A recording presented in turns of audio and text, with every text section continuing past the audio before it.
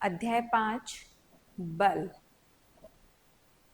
Book से अध्ययन करने से पहले हम वैदिक विज्ञान का बल को किस तरह से परिभाषित किया है, हम उसके बारे में बात करेंगे। वह बल को क्या बताता है, हम इस बारे में बात करेंगे। सृष्टि में सभी बल ईश्वर का है। जैसा कि हम पहले अध्यायों में भी बात कर चुके हैं कि प्रकृति का निर्माण ईश्वर की प्रेरणा से हुआ है। इस सृष्टि में उपस्थित असंख्य अनंत अणुओं को प्रेरित करके ही ईश्वर ने इस प्रकृति का निर्माण किया है, जिसमें हम सभी आते हैं। इस सृष्टि में जो बल है वह भी ईश्वर का है। आत्मा अपने सभी कार्य ईश्वर के बल के सहयोग से करता है। इस पूरी सृष्टि को ईश्वर के बल ने ही धारण किया हुआ है।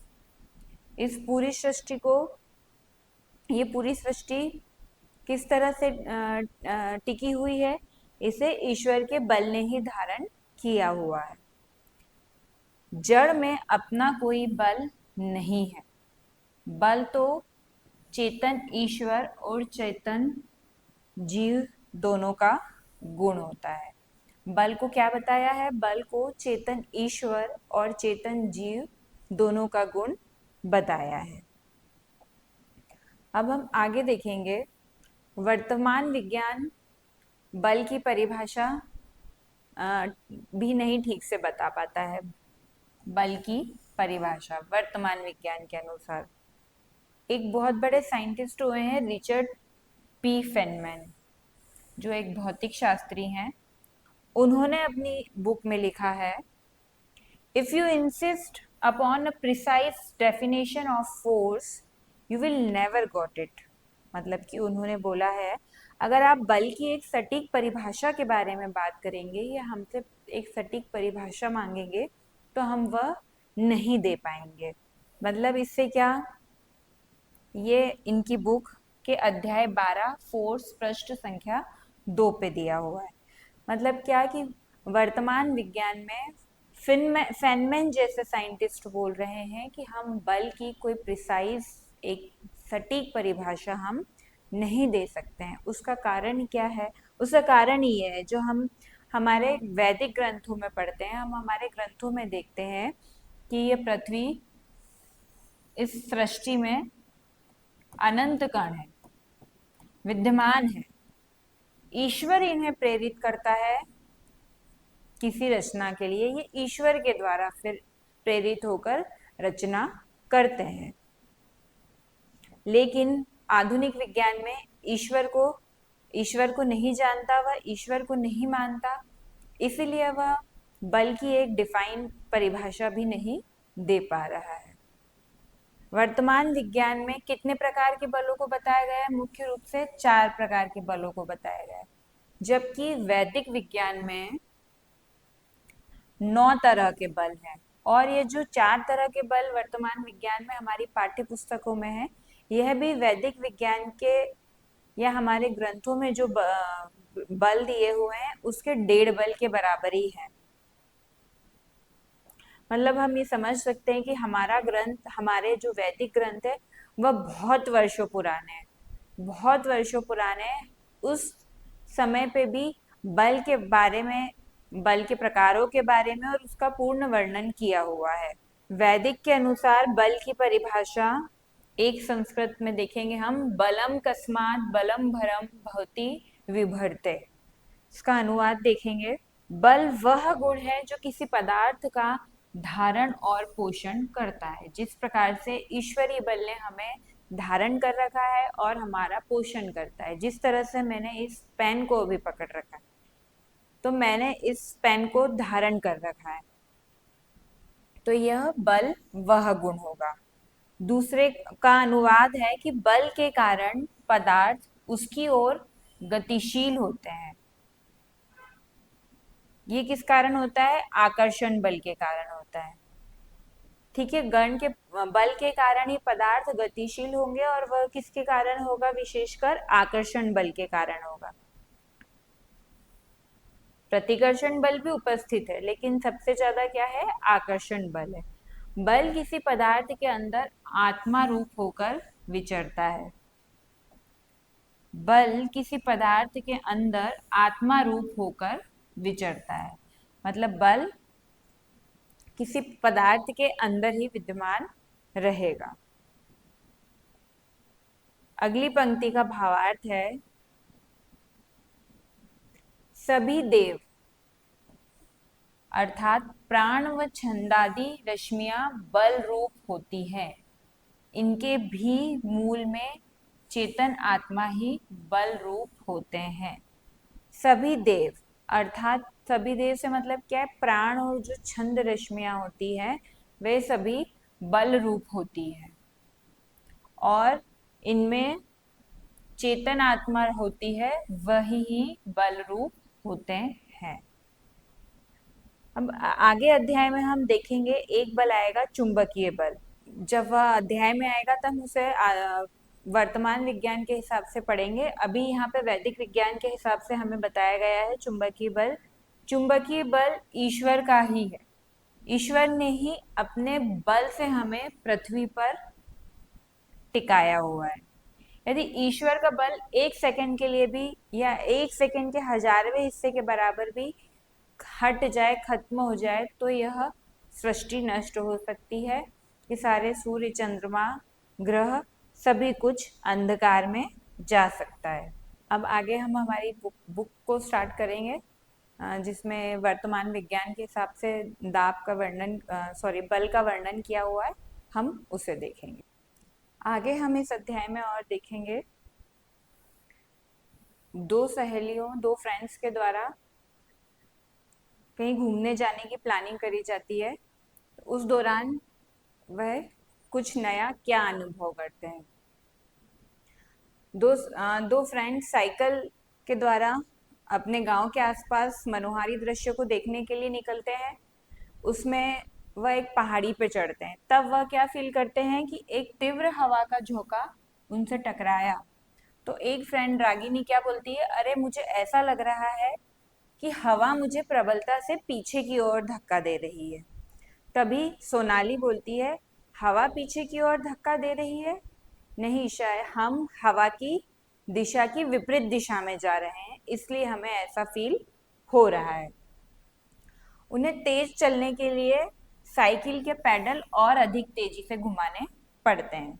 अब वह जब पहाड़ी से वापस नीचे की ओर आती हैं तो वो क्या अनुभव करती है, वे पैडल नहीं मार रही है, फिर भी उनकी साइकिल तीव्र गति से नीचे की ओर जा रही है। तभी सोनाली बोलती है, अरे यह तो बहुत रोमांचक है, ऐसा लग रहा है कि कोई हमें नीचे की ओर खींच रहा है। हम पैडल भी नहीं मार रहे हैं, फिर भी हमारी साइकिल नीचे की ओर जा रही है। हम ऐसा लग रहा है कि कोई हमें नीचे की ओर खींच रहा है। आगे देखेंगे हम बल क्या है।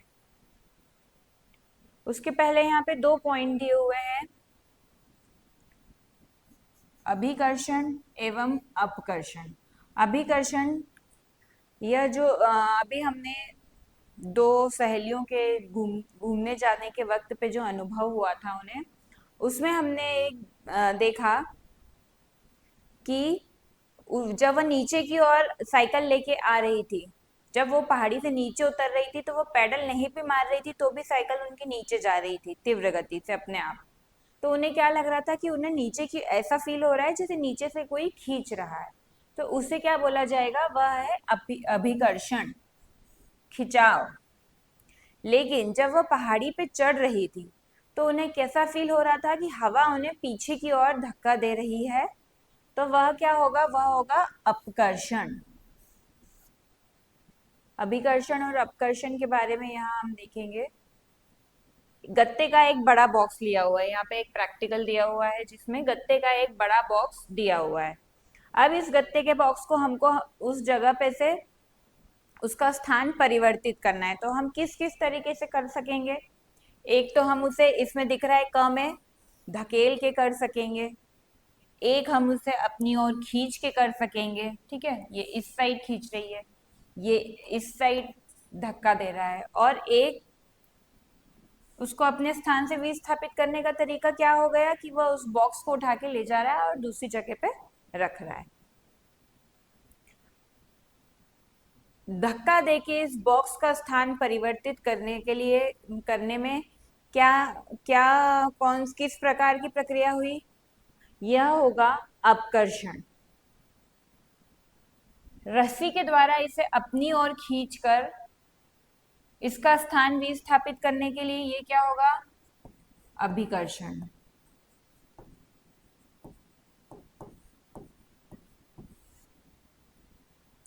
और यह साधारण विस्थापन है जिसमें हम उसको उठा के दूसरी ओर ले गए।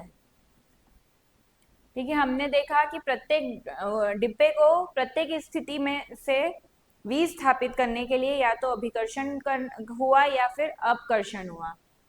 किसी वस्तु पर लगाए गए अपकर्षण या अभिकर्षण को विज्ञान में क्या कहा गया है? बल कहा गया है, फोर्स कहा गया है।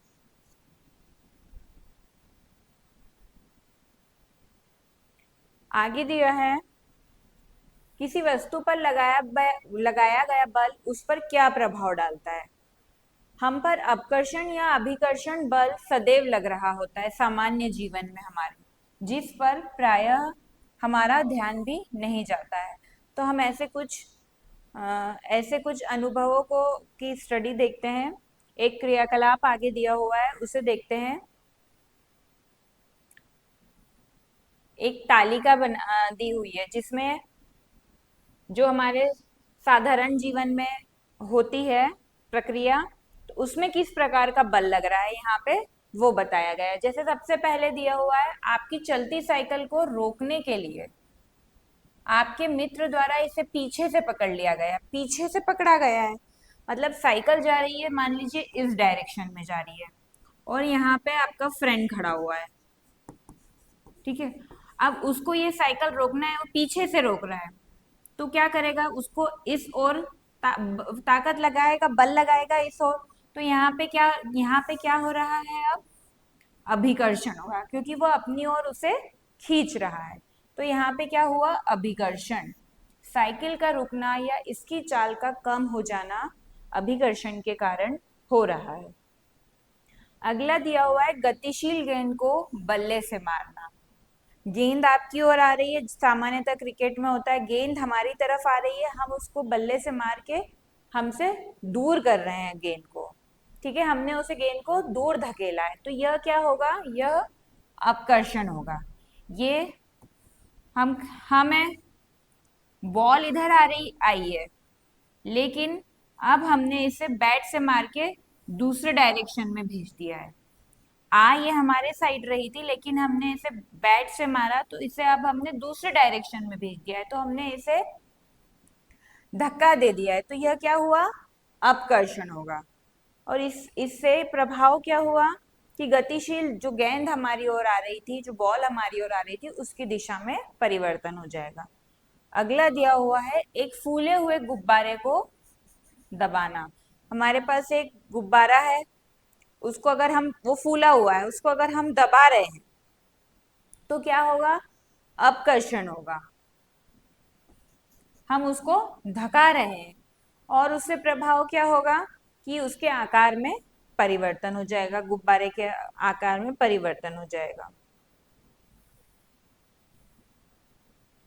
यहाँ कुछ और एग्जाम्पल दिए हैं जिसपे वस्तुओं पर बल लगाना बताया गया है। एक यह ड्रॉर दिया हुआ है, एक अलमीरा में ड्रॉर दिया हुआ है जिसे खींच रहे हैं, तो उसे हम हमारी ओर खींच रहे हैं। ठीक है, तो ये क्या हुआ? हमारी ओर खींचना मतलब अभिकर्षण। यहाँ पे ये क्या हो रहा है? अभिकर्षण। अगला उदाहरण दिया हुआ है, एक रबर लिया, उसके दोनों साइड ऐसे इस तरह से उसको खींचा जा रहा है, तो ये अलग अलग धक्का दिया जा रहा है, तो यह क्या हो रहा है? यहाँ पे ये अपकर्षण हो रहा है।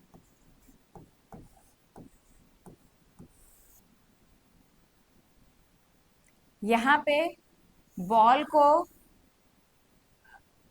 फील्डिंग करते हुए, जैसे कि खेल के मैदान में होता है, बॉल को हम रोक रहे हैं, हमारी तरफ रोक रहे हैं, तो यह भी क्या होगा? अभिकर्षण होगा, दूर जाती हुई बॉल को हम हमारी तरफ रोक रहे हैं, तो यह भी क्या होगा, अभिकर्षण होगा।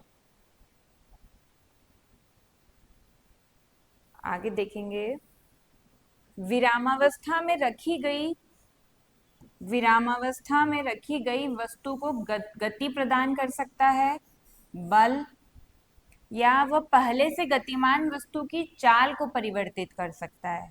ठीक है, क्या क्या कर सकता है, अगर कोई वस्तु विरामावस्था में रखी हुई है और हमने उसको धक्का मार दिया, बल लगा दिया इस पे, तो वह यहाँ से उठ के कहाँ चली जाएगी, यहाँ चली जाएगी या किसी भी जगह चली जाएगी, पर उसकी स्थिति, उसकी जो स्थान है वह चेंज हो जाएगा, उसमें गति आ जाएगी। उदाहरण के तौर पर फुटबॉल को लेते हैं, अगर फुटबॉल एक जगह पे स्थायी रखी हुई है, हम गए, हमने उसे जाके किक मार दी, पैर मार दिया, तो वह अब गति ले लेगी और अपने स्थान से दूसरे स्थान पे चली जाएगी।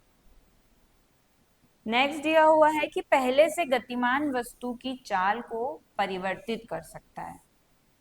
जैसे कि अभी हमने उदाहरण देखा कि बॉल, क्रिकेट के मैदान में बॉल के लिए फील्डिंग करना, बॉल एक गतिमान वस्तु है, उस टाइम पे गति कर रही है, हम उसको पकड़ पकड़ सकते हैं, हम तो हमने उसकी चाल को परिवर्तित कर दिया, आती आती बॉल हमारी ओर आ रही है और हमने उसको बैट से शॉट मार दिया है, तो अब हमने वहां पे क्या करा, दिशा में परिवर्तन कर दिया, उस गतिमान वस्तु की हमने दिशा में परिवर्तन कर दिया।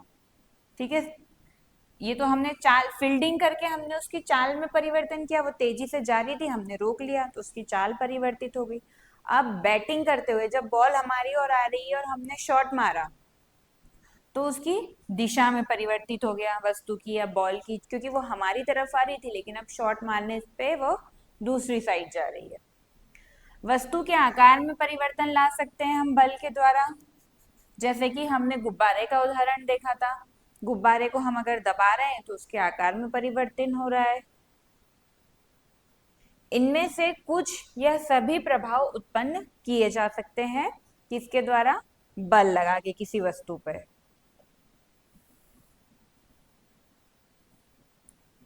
यहाँ पे एक जिज्ञासा आई कि क्या इसका तात्पर्य यह है कि जब भी किसी वस्तु की चाल या दिशा या उसके आकार में कोई परिवर्तन आए, तो उस वस्तु पर कोई बल कार्य कर रहा है। तो हाँ, जब किसी वस्तु पर, जो हमने अभी ये सारे प्रभाव पढ़े हैं, ये वाले, इसमें से कुछ भी हो या सभी हो, तो इसका मतलब है कि उस पर किसी प्रकार का बल लगाया गया है।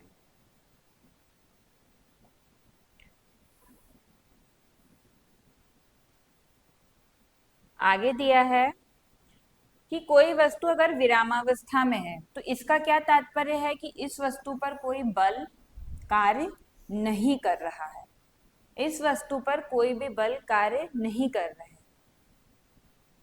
तो इसका अर्थ हमेशा यह नहीं होगा कि इस वस्तु पर कोई बल कार्य नहीं कर रहा है, इसका तात्पर्य होगा कि वस्तु पर लगने वाले बल एक दूसरे को संतुलित कर रहे हैं।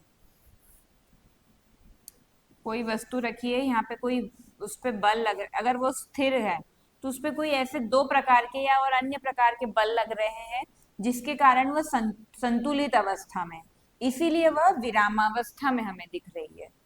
संतुलित बलों के बारे में आगे की कक्षाओं में पढ़ेंगे, पर यह बात याद रखने की है कि जब कोई वस्तु विरामावस्था में पड़ी है तो इसका यह मतलब नहीं है कि उस पर कोई बल नहीं है, उसका अर्थ यह होगा कि वस्तु पर लगने वाले बल एक दूसरे को संतुलित कर रहे हैं, उसकी वजह से वो विरामावस्था में।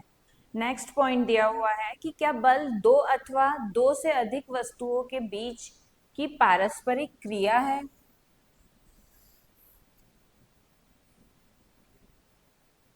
जब आप किसी मेज को धक्का देते हैं तो आपका हाथ एक वस्तु है और दूसरी वस्तु क्या होगा, वह मेज होगा। पहली वस्तु क्या हो गई, हाथ, दूसरी वस्तु क्या हो गई, मेज है, जिस जिस पर आपका हाथ बल लगा रहा है।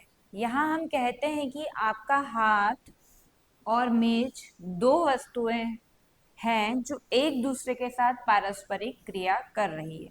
हमने क्या ये टॉपिक है अपने लिए कि पारस्परिक क्रिया है क्या जब बल दो या दो से अधिक वस्तुओं के बीच में लगाया के द्वारा लगाया जाता है, तो ये एक पारस्परिक क्रिया होगी।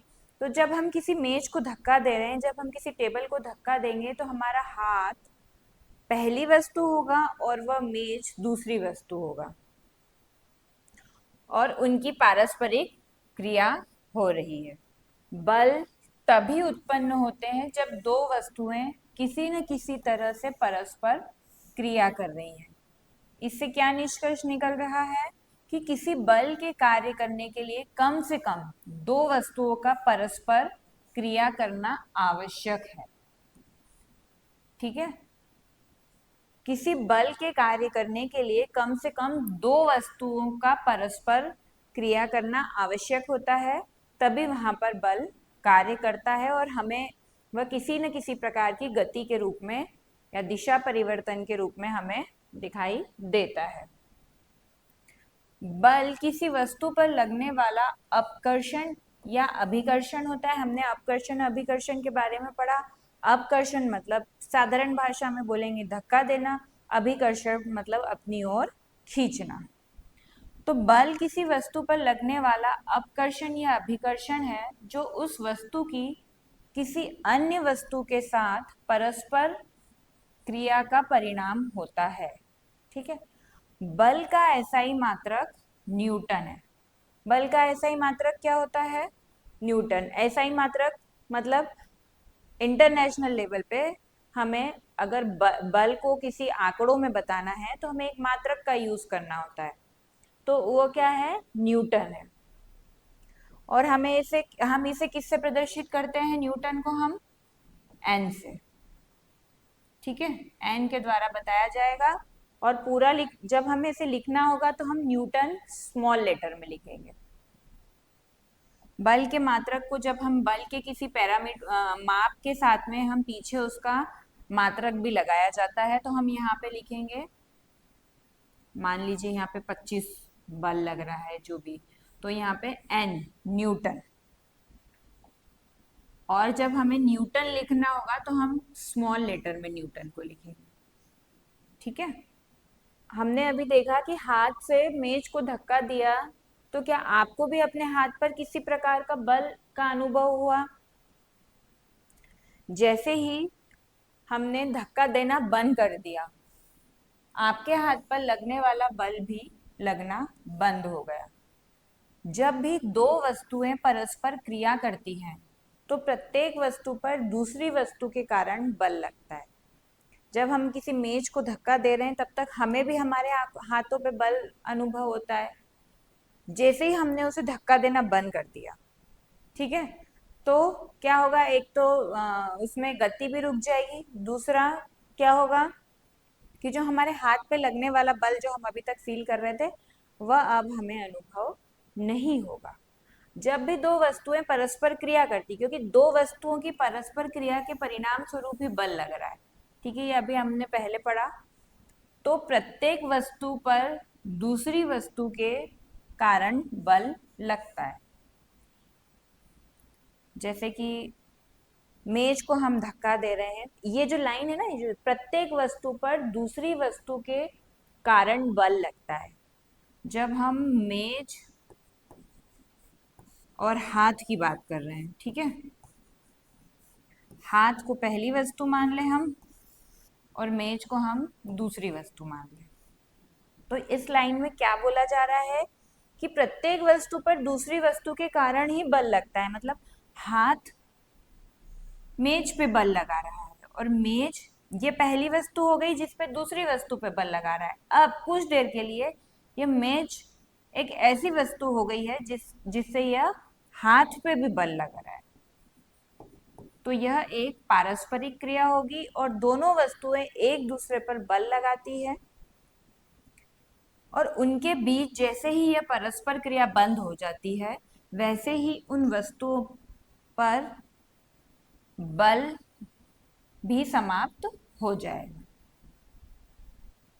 ठीक है, परस्पर क्रिया जैसे ही समाप्त हुई तो उन वस्तुओं पर लगने वाला बल भी समाप्त हो जाएगा। मतलब कि हमने हाथ हटा लिया मेज पे से, तो अब बल समाप्त हो गया, ना हमें बल लग रहा है, ना वस्तु पे बल लग रहा है, और ना ही किसी प्रकार का कोई विस्थापन हो रहा है।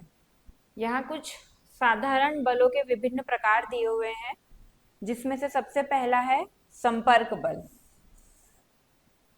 ठीक है, कई स्थितियों में हम पाते हैं कि किसी वस्तु पर बल लगाने के लिए हमारे शरीर और वस्तु के बीच भौतिक संपर्क आवश्यक होता है, क्योंकि नाम ही उसका दिख रहा है हमें संपर्क बल। जब तक वस्तु और शरीर के बीच में भौतिक संपर्क नहीं होगा, तब तक वहां पे वो बल नहीं है बनेगा।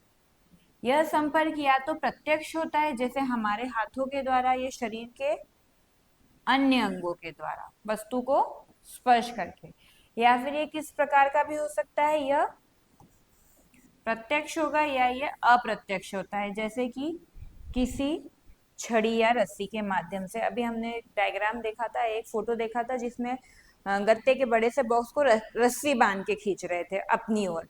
वो अभिकर्षित कर रहे थे, लेकिन किस प्रकार? अप्रत्यक्ष रूप से, क्योंकि वहां पर रस्सी का प्रयोग किया जा रहा था। इस प्रकार के बल जो वस्तुओं के बीच भौतिक संपर्क होने पर ही उत्पन्न होते हैं, उन्हें संपर्क बल कहा जाता है। अगला है इसमें पेशीय बल। यह पेशीय बल संपर्क बल का ही एक उदाहरण है। ठीक है, क्योंकि संपर्क बल कैसे हो रहा है? हमारे द्वारा उस वस्तु को या तो प्रत्यक्ष संपर्क करके हो रहा है या अप्रत्यक्ष संपर्क करने से हो रहा है। तो क्या हो रहा है? हमारी पेशियों का प्रयोग हो रहा है। तो एक और उसी के अंदर उदाहरण क्या लिया है उन्होंने? पेशीय बल। ये संपर्क बल का उदाहरण है। जब कोई भी शारीरिक गतिविधि करते हैं, जब हम कोई भी शारीरिक गतिविधि करते हैं, जैसे चलना, दौड़ना, उठना, धक्का देना, कूदना, खींचना, यह सभी बल हमारे शरीर की मांसपेशियों की क्रिया के कारण उत्पन्न हो रहा है। ठीक है, मांसपेशियों की क्रिया के कारण उत्पन्न बल को क्या बोला जाएगा? पेशीय बल बोला जाएगा। पेशीय बल तब उत्पन्न होता है जब मांसपेशियां किसी भी गतिविधि को करते समय सिकुड़ती और फैलती है। ठीक है, पशु, पक्षी, मछली, कीट जो गति करते हैं जीवित बने रहने की क्रियाओं के हेतु पेशीय बलों का प्रयोग किया जाता है। अभी हमने पिछले अध्याय में ही देखा था कि पाचन करने के लिए हमारी ग्रास नली में पेशीय गतिविधि होती है। हमारी ग्रास नली की पेशियां सिकुड़ती है और फैलती हैं, सिकुड़न होती है और शिथिलन होता है, जिसके कारण भोजन ग्रास नली से होता हुआ अमाशय में पहुंच जाता है। तो यहाँ पर ग्रास नली के द्वारा की पेशियों के द्वारा कार्य किया जा रहा है, तो यहाँ पर एक पेशीय बल लग रहा है। ठीक है, हमने देखा संपर्क बल। संपर्क बल जो वस्तु के साथ भौतिक संपर्क होने पर उत्पन्न हो रहा है। ठीक है, वो प्रत्यक्ष अप्रत्यक्ष दोनों प्रकार का हो सकता है। हम डायरेक्ट हाथ लगा के बल लगा सकते हैं, हम रस्सी या किसी और छड़ की सहायता से कर सकते हैं। उसी का उदाहरण होता है एक पेशीय बल, जिसे हमने देखा। यहाँ पे ये पेशीय बल का प्रयोग बताया गया है, बहुत साधारण सा है। जैसे कि हिरण का दौड़ लगाना, तो ये अपनी पेशियों का प्रयोग कर रहे हैं। एक अजगर का मूवमेंट करना, गति करना, उसमें भी पेशी बल का प्रयोग हो रहा है। बच्चे के द्वारा क्रॉलिंग करना, घुटना से चलना भी पेशी बल। हमारे द्वारा चलना, दौड़ना, पक्षी का उड़ना और मछलियों का जल में तैरना, इन सभी में पेशी का प्रयोग किया जा रहा है। पेशी गति कर रही है, मूवमेंट हो रहा है पेशी में, इसलिए यहाँ पर यह सभी पेशीय बल का प्रयोग हो रहा है। इसमें मनुष्यों के द्वारा कुछ कार्यों के लिए पशुओं के पेशीय बल का प्रयोग भी किया जाता है, जैसे घोड़ा गाड़ी या गधे के द्वारा सामान को ढोना, या खेतों में बैलों का प्रयोग करना हल जोतने में। ठीक है। जैसे हम कहीं चढ़ाई वाले स्थान पे जाते हैं, जैसे मान लीजिए वैष्णो देवी गए हुए, वहां पे खच्चर से मनुष्य को नीचे चढ़वाई जाती है, नीचे से ऊपर ले जाया जा सकता है, तो वहां पे भी खच्चर का पेशी बल का प्रयोग किया जा रहा है। हाँ, ये अभी हमने बात करी कि यह पेशी बल हमारे शरीर में भी कार्य करता है, जैसे कि यह बल हमें भोजन चबाने और पाचन क्रिया के समय आहार नाल में आगे बढ़ाने में सहायता करता है भोजन को। और ग्रास नली का तो हमने उदाहरण देखा, जो पाचन तंत्र में होता है, उसमें संकुचन और शिथिलन से पेशी बल के द्वारा भोजन आगे बढ़ता है। साथ ही हृदय की मांसपेशियों का संकुचन और शिथिलन हमारे शरीर में रक्त को संचारित करता है। यहाँ पे भी हृदय की मांसपेशियों के द्वारा पेशी बल लगाया जा रहा है, जिससे कि हृदय का संकुचन शीतलन होता है। हृदय के द्वारा रक्त का पंप पूरे शरीर में किया जाता है, जिससे कि रक्त पूरे शरीर में संचरित होता है। अगला दिया है घर्षण। समतल भूमि पर लुढ़कती हुई एक गेंद कुछ समय के पश्चात स्वयं विरामावस्था में आ जाती है। एक गेंद, एक बॉल, एक फुटबॉल जिसको हमने किक मारा है, वह थोड़े समय के बाद उसमें उसको गति तो बल लगा, तो वो अपना मूवमेंट करके उसने जगह भी स्थापित कर ली, लेकिन वो कुछ समय के बाद एक जगह पे जाके रुक जाती है। तो अब वो कैसे रुक गई? और इसके साथ ही यदि हम समतल सड़क पर अपनी साइकिल के पैडल घुमाना बंद कर दें, तो साइकिल भी धीमी हो जाती है, कुछ समय पश्चात विरामावस्था में आ जाएगी।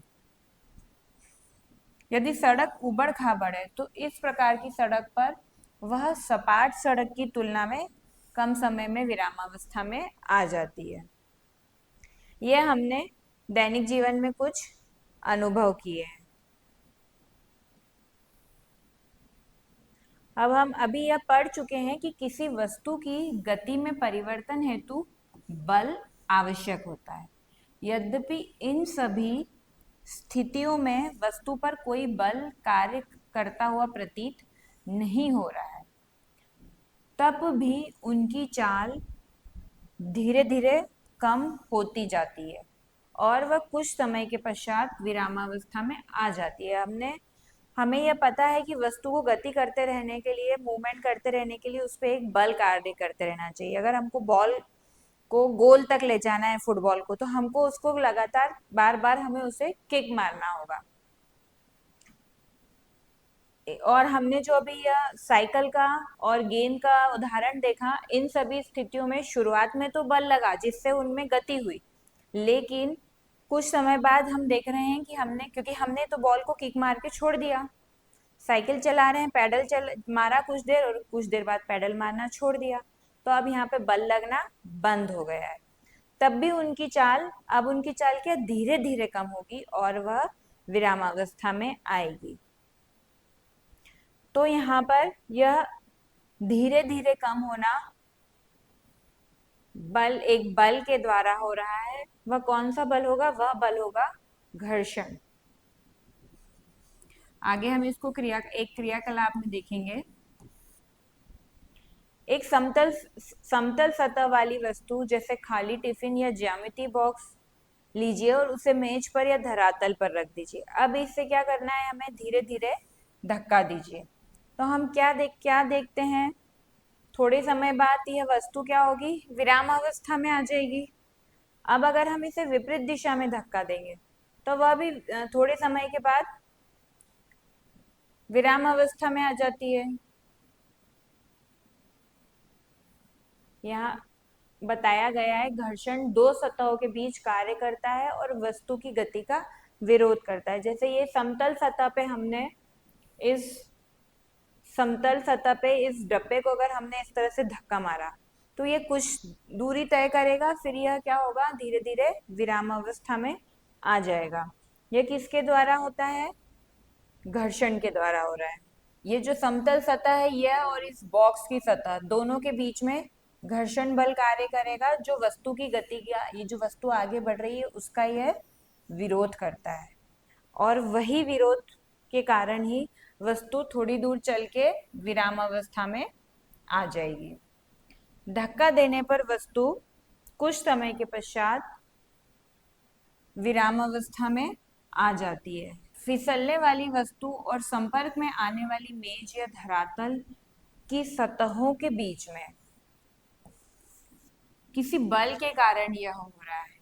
यह बल वस्तु पर उसकी गति की दिशा के विपरीत दिशा में कार्य करेगा। ठीक है, अगर ये बॉक्स है, ठीक है, ये समतल है नीचे से, और ये सरफेस जिस पे इसको, सतह जिस पे इसको धक्का दिया जा रहा है वो भी समतल है। मान लीजिए कि यह हुई एक टेबल हो गई या फर्श हो गया टाइल्स वाला, तो अब हम इसको धक्का दे रहे हैं, हमने इस डायरेक्शन में धक्का दिया, लेकिन इन दो सतहों के बीच में यहाँ एक बल कार्य करेगा जिसे हमने नाम दिया है घर्षण बल। यह इसकी इस दिशा के विपरीत दिशा में कार्य करेगा।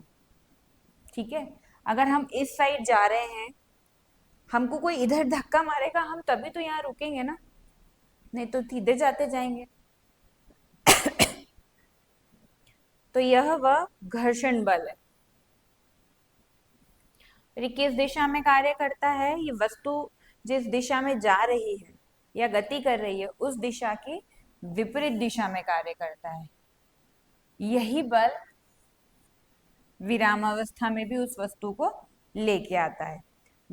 आगे दिया हुआ है कि जब कोई वस्तु किसी अन्य वस्तु की सतह पर गति करती है या गति करने का प्रयास करती है, जो बल उस वस्तु की सतह और उसके संपर्क की दूसरी वस्तु की सतह के बीच लगता है उसे घर्षण बल कहते हैं। अपन ने अभी यहाँ इसमें देखा था, यहाँ पे यह इस बॉक्स की सतह हो गई और यह इस मेज की सतह हो गई, तो यहाँ पे दोनों के बीच में लगने वाला जो बल है वह घर्षण बल है।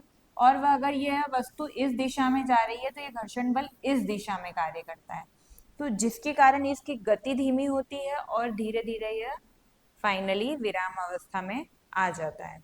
घर्षण बल एक संपर्क बल होता है क्योंकि यह संपर्क में रखी दो सतहों के आपेक्षिक गति के कारण उत्पन्न होता है। घर्षण बल किस प्रकार का होगा? एक हमने संपर्क बल देखा, अभी संपर्क बल का एक उदाहरण पेशीय बल देखा, अब यह है घर्षण बल।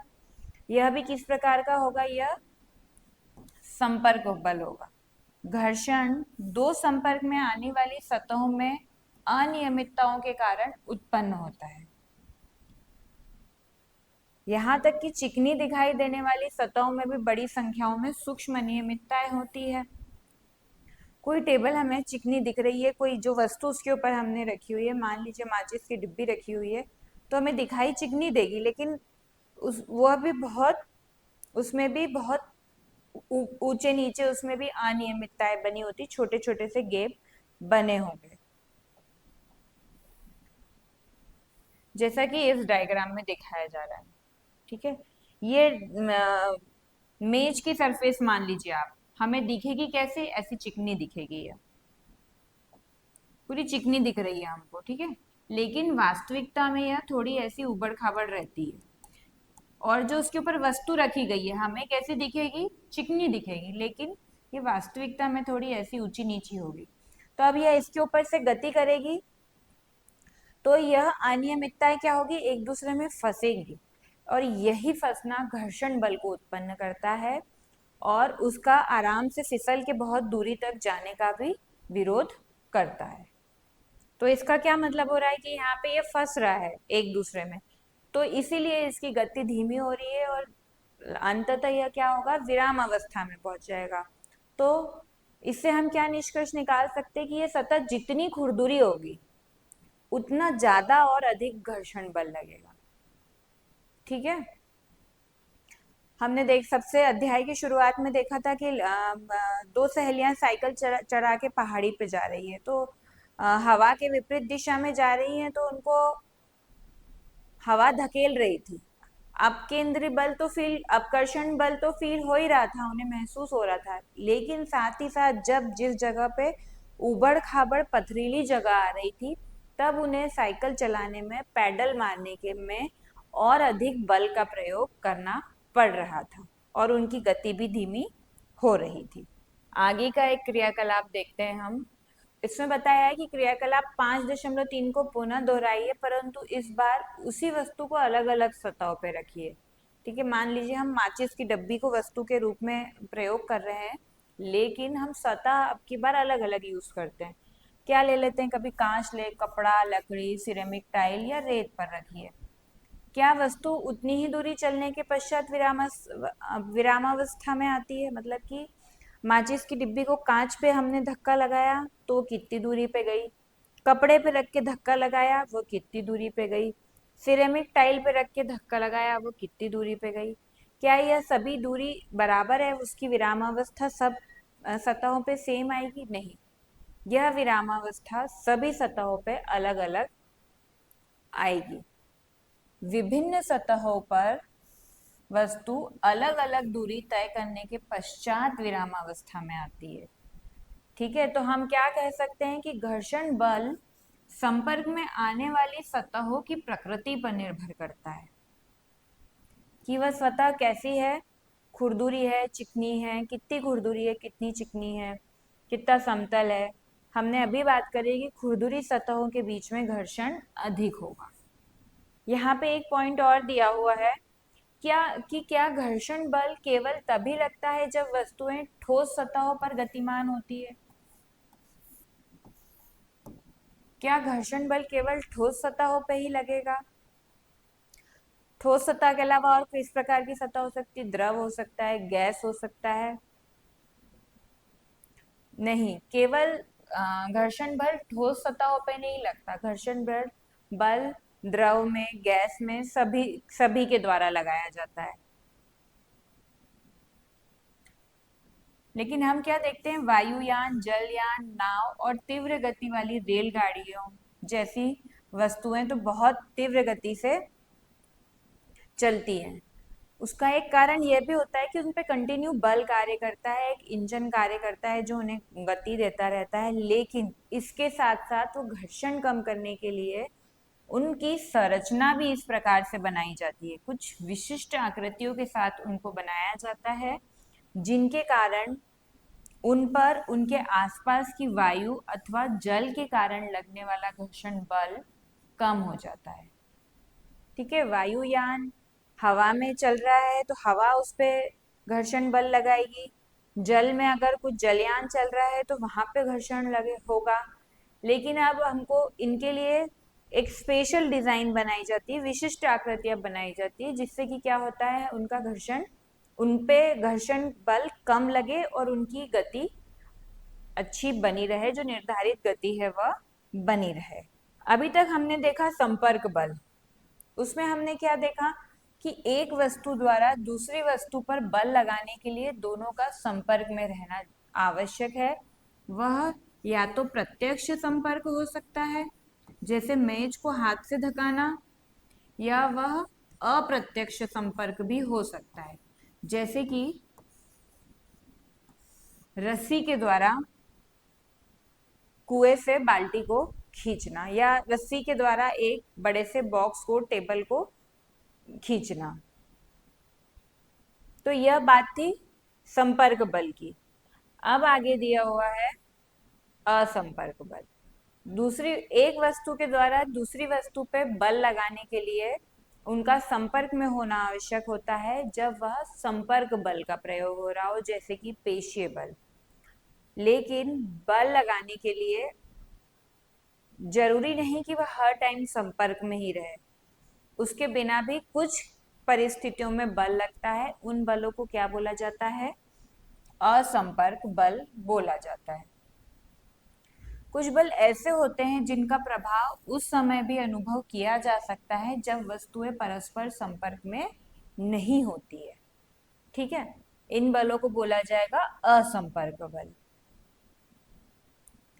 असंपर्क बल में सबसे पहले क्या दिया हुआ है यहाँ पे? चुंबकीय बल। हमने कक्षा छठी में पढ़ा था, चुंबकों को जाने वाले अध्याय में हमने वहां पे देखा था चुंबक कैसे होते हैं, वह चुंबकीय पदार्थों से निर्मित होते हैं जो उन वस्तुओं को अपनी ओर आकर्षित करते हैं। ठीक है। जब दो चुंबकों को एक दूसरे के समीप लाया जाता है तो उनके समान ध्रुव चुंबक, ये मान लीजिए चुंबक है, ठीक है, ये इसका नॉर्थ ध्रुव है और अच्छा,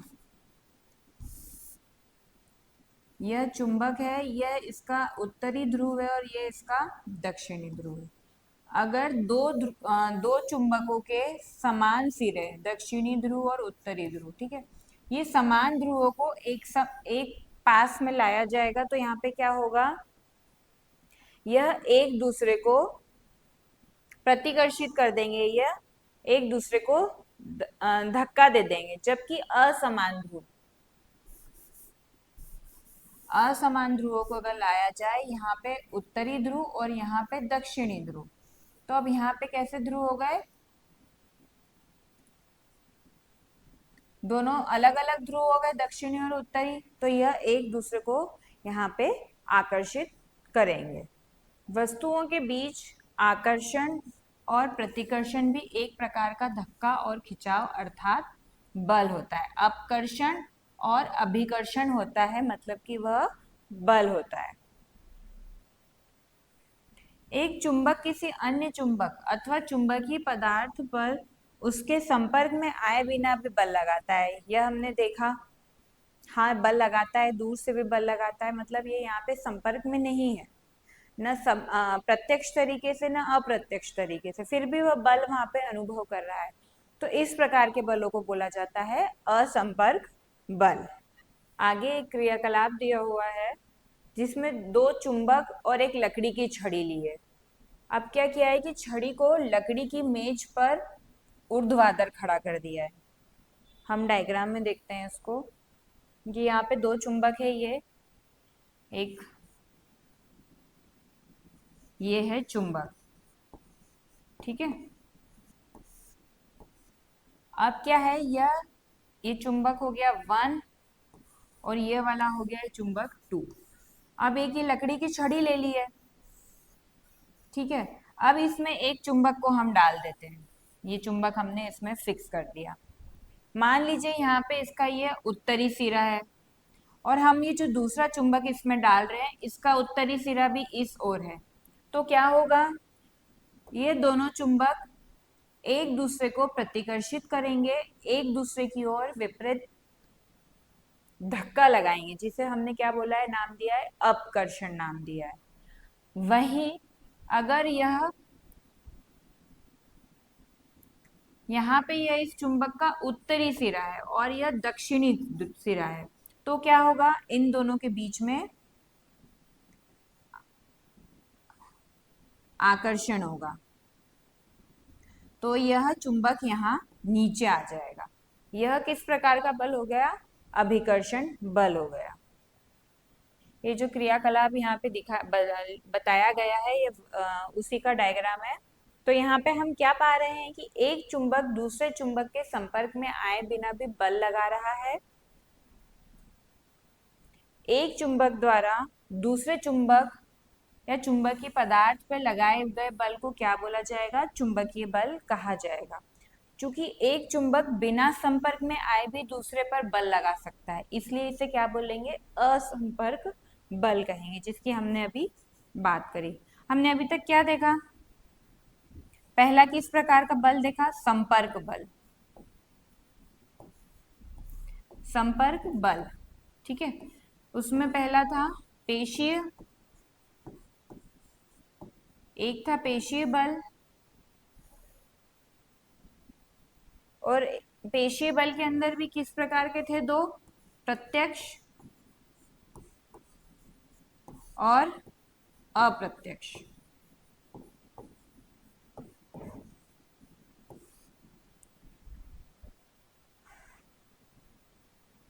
और दूसरा आप यहाँ पे कौन सा देख रहे हैं हम, असंपर्क बल देख रहे हैं, जिसमें हमने क्या देखा,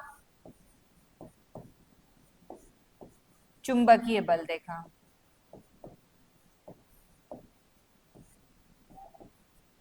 चुंबकीय बल देखा। संपर्क बल में हमने एक पेशीय बल देखा और एक देखा घर्षण बल।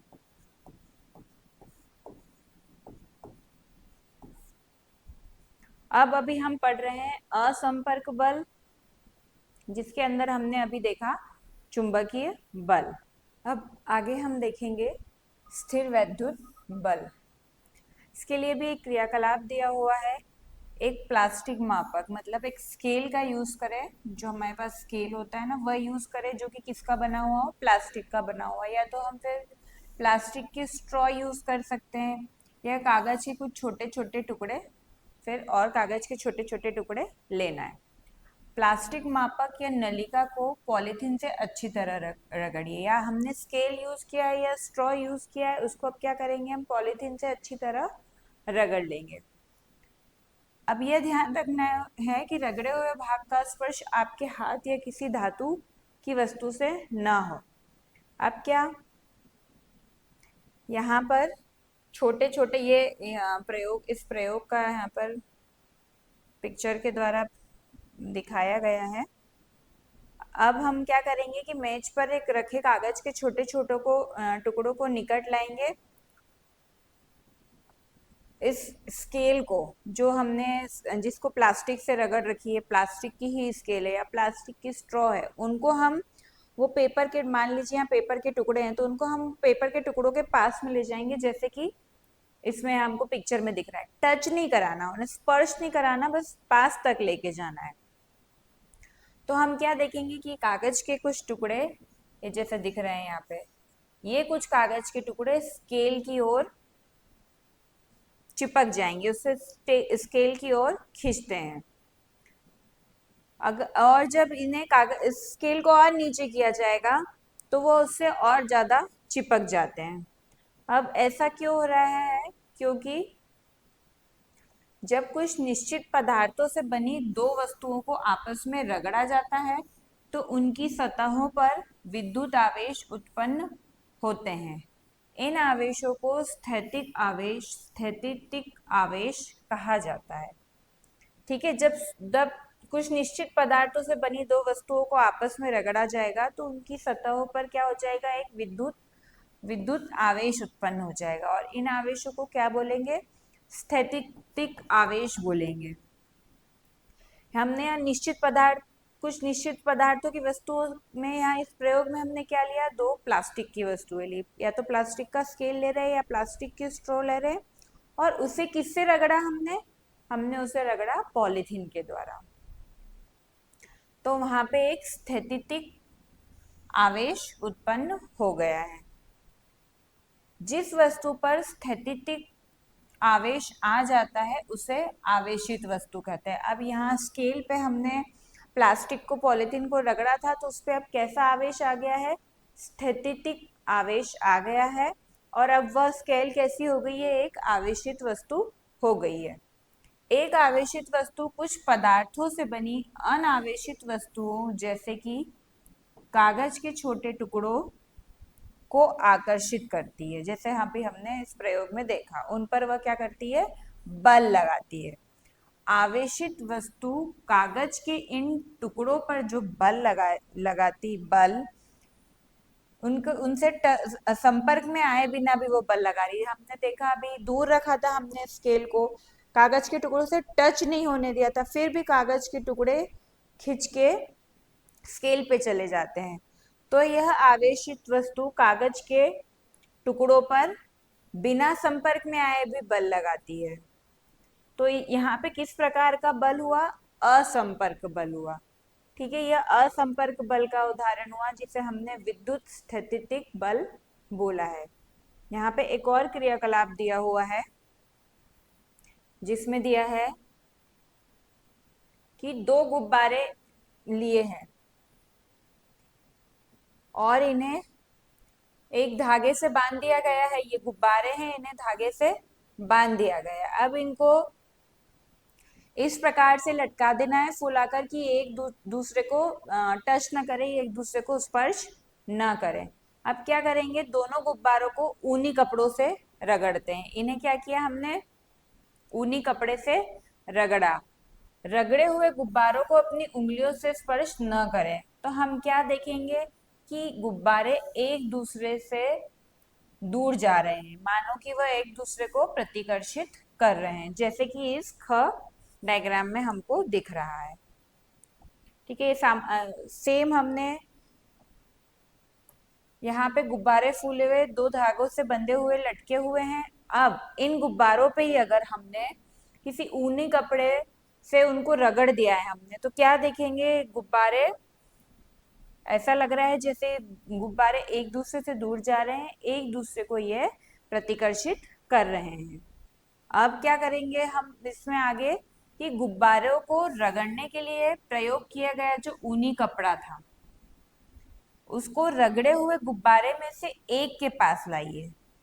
तब क्या होता है, यह गुब्बारा ऊनी कपड़े की ओर आकर्षित होगा। उस ऊनी कपड़े की ओर यह गुब्बारा, जिस दो गुब्बारों को हमने ऊनी कपड़े से रगड़ा था, ठीक है, अब उससे क्या हो रहा है कि दोनों गुब्बारे एक दूसरे से प्रतिकर्षित हो रहे हैं, दूर दूर जा रहे हैं।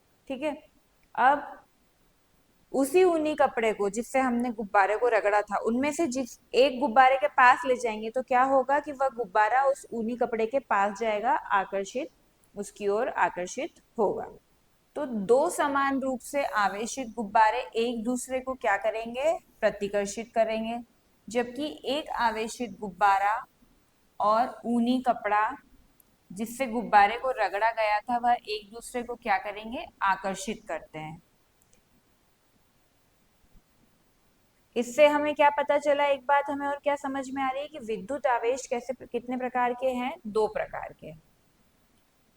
ठीक है, तभी तो गुब्बारे से आकर्षित हो रहा है, गुब्बारा एक उस ऊनी कपड़े से आकर्षित हो रहा है लेकिन दूसरे गुब्बारे से प्रतिकर्षित हो रहा है। तो यहाँ पे जरूर विद्युत आवेश दो प्रकार के हैं।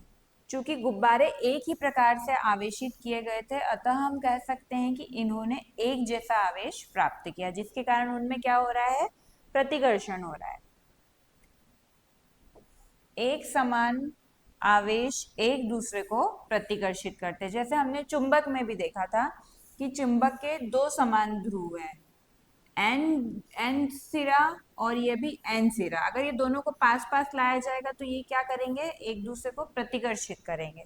यहाँ पे भी वही बात हो रही है कि समान आवेश एक दूसरे को प्रतिकर्षित करते हैं, और रगड़ने वाली वस्तु और रगड़ी गई वस्तु दोनों आवेशित हो जाती है, परंतु उनमें किस प्रकार का आवेश होगा, विपरीत आवेश होगा। इसीलिए यहाँ पे जैसे ही हम गुब्बारे को के पास में वह ऊनी कपड़ा ला रहे हैं, तो वह क्या हो रहा है, आकर्षित हो रहा है, उस ऊनी कपड़े की ओर बढ़ रहा है।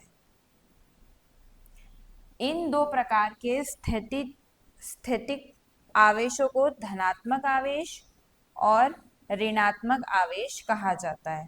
इन दो प्रकार के स्थितिक आवेशों को धनात्मक आवेश और ऋणात्मक आवेश कहा जाता है, पॉजिटिव और ये निगेटिव आवेश। ठीक है, एक आवेशित पिंड द्वारा दूसरे आवेशित अथवा अनावेशित पिंड पर लगाया गया बल कैसा बल कहलाएगा, स्थिर वैद्युत बल कहलाएगा। हम किसके बारे में पढ़ रहे थे, स्थिर वैद्युत बल के द्वारा, जो कि एक असंपर्क बल है।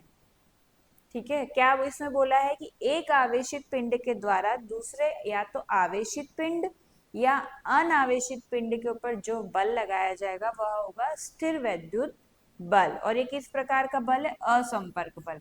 इसमें कांटेक्ट में आने की जरूरत नहीं होती, ना प्रत्यक्ष रूप से ना अप्रत्यक्ष रूप से। आगे दिया हुआ है एक सोपान ऊपर। ठीक है, ए विद्युत परिपथ में जब आवेश गति करते हैं तो विद्युत धारा निर्मित होती है। यह वही धारा है जो किसी लैंप को दीप्त करती है या तापीय प्रभाव या चुंबकीय प्रभाव उत्पन्न करती है। ये आगे की क्लासेस में आप विद्युत परिपथ को और अच्छे से पढ़ेंगे, तब आपको और अच्छे से समझ में आएगा कि एक फिक्स्ड विद्युत परिपथ होता है। यहाँ बैटरी लगी रहती है, फिर यहाँ पे लाइट सोर्स है, लाइट है, बल्ब है समझ लीजिए यहाँ पे ये। ठीक है, तो ये एक फिक्स परिपथ होता है जिसपे कि आवेश गति करते हैं, उससे क्या विद्युत धारा इलेक्ट्रिसिटी बनती है, जिससे इस इलेक्ट्रिसिटी का प्रयोग ही हम लाइट या अन्य कामों के लिए यूज करते हैं। अगला है गुरुत्वाकर्षण बल। गुरुत्वाकर्षण बल भी किस प्रकार का होगा? यह भी असंपर्क होगा। असंपर्क बल होगा। गुरुत्वाकर्षण बल मतलब ग्रेविटेशनल फोर्स। ठीक है, अब इसके लिए भी एक प्रैक्टिकल दिया हुआ है कि एक गेंद लीजिए और उसे ऊपर उछालिए, क्या वह नीचे वापस गिरती है? हमने हमारे आसपास देखा होगा कि हम विभिन्न स्थितियों में देखते हैं कि जब कोई भी वस्तु को ऊपर की ओर उछाला जाता है तो वह पुनः वापस आकर धरती पर या फर्श पे ही गिरती है। उसका क्या कारण होता है? उसका कारण होता है गुरुत्वाकर्षण बल। जैसे यहाँ पे कुछ पृथ्वी की ओर गिरती हुई वस्तुएं बताई है, बहुत ही सिंपल है ये। फ्रूट्स का नीचे गिरना, हम जो चीज छोड़ रहे हैं अपने हाथों से छोड़ेंगे वह भी नीचे अर्थ पे आएगा। अगर हम कहीं ऊंचाई से किसी टेबल से कुर्सी पे से नीचे कूदेंगे तो भी नीचे आएंगे। बॉल का नीचे आना या फिर स्विमिंग करते टाइम गोता लगाना, तभी भी नीचे आएंगे।